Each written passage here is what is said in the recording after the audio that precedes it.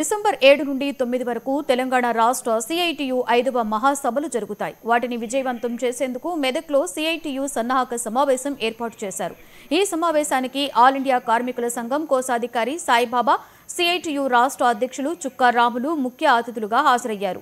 కేంద్ర ప్రభుత్వం 29 కార్మిక చట్టాలను 4 లేబర్ కోడ్లుగా మార్చింది. 4 లేబర్ కోడ్లు అమలైతే కార్మికులు బానిసలుగా మారతారని నాయకులు పేర్కొన్నారు. సమాజ శ్రేయస్సు, కార్మికుల కోసం సిఐటియు పోరాటం చేస్తుందని అన్నారు.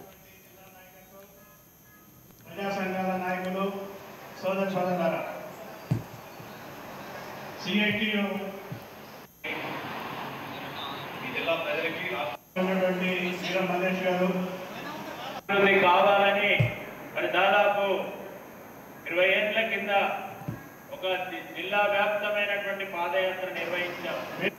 ఆ పాదయాత్ర అన్ని మండలాల గుండా ప్రయాణం చేసింది. అందుకని సిఐటియు సంస్థ ఎర్ర జెండా ఒక చిన్న శక్తిగా ఉన్నప్పటికీ కూడా ఈ జిల్లా అభివృద్ధిని కాంక్షించేటువంటి సంస్థ. ఈ జిల్లాలో ఉండేటువంటి కష్టజీవుల యొక్క జీవన ప్రమాణాలు మెరుగుపడాలని పోరాడినటువంటి సంస్థ. అందుకని ఒక్క సిఐటియు పోరాడితేనే విజయాలన్నీ సాధ్యం కావు. అందుకని కార్మిక కర్షక ఐక్యత కూడా ఉండాలని చెప్పి ఇవాళ కార్మిక వర్గం తరఫున మనం పోరాటం చేస్తున్నాం. వ్యవసాయ కార్మికులు, రైతులు, యువజనులు అన్ని తరగతుల ప్రజల యొక్క సమస్యలు కూడా తన సమస్యలుగానే భావించి సిఐటియు ఈ జిల్లాలో ఉద్యమాలు నిర్మించింది.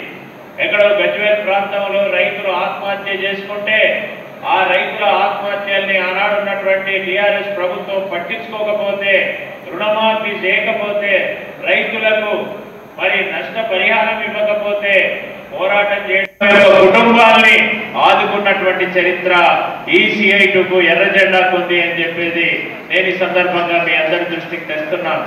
ఎక్కడో నారాయణఖేడ్ ప్రాంతంలో కరువు వచ్చి పశుగ్రాసం లేక పశువులు ఇబ్బందులు పడుతున్నాయనే వార్త చూసి ఈ సిఐటియు సంఘాల వాళ్ళు నిధి సేకరణ చేసి మనం బాగుపడమే కాదు మన రైతాంగం అక్కడ ఇబ్బంది పడుతుంది అని ఆ నారాయణఖేడ్ ప్రాంతానికి వెళ్ళి పశుగ్రాసం పంపిణీ చేసినటువంటిది కూడా ఈ సిఐటియు ఎర్ర జెండా అనేటువంటిది మనం మర్చిపోకూడదు. అట్లాగే మెదక్ జిల్లాలో అనేక ప్రాంతాలలో కరువు వచ్చినప్పుడు కరువులో ఉండేటువంటి ప్రజల్ని ఆదుకోవడం నా బాధ్యత అని సిఐటియు కార్మిక వర్గం భావించింది. అందుకే ఆనాడు విరాళాలు సేకరించి మరి అక్కడ ఉండేటువంటి అంబలి కేంద్రాలు నిర్వహించి కరువులో ప్రజల్ని ఆదుకున్నటువంటి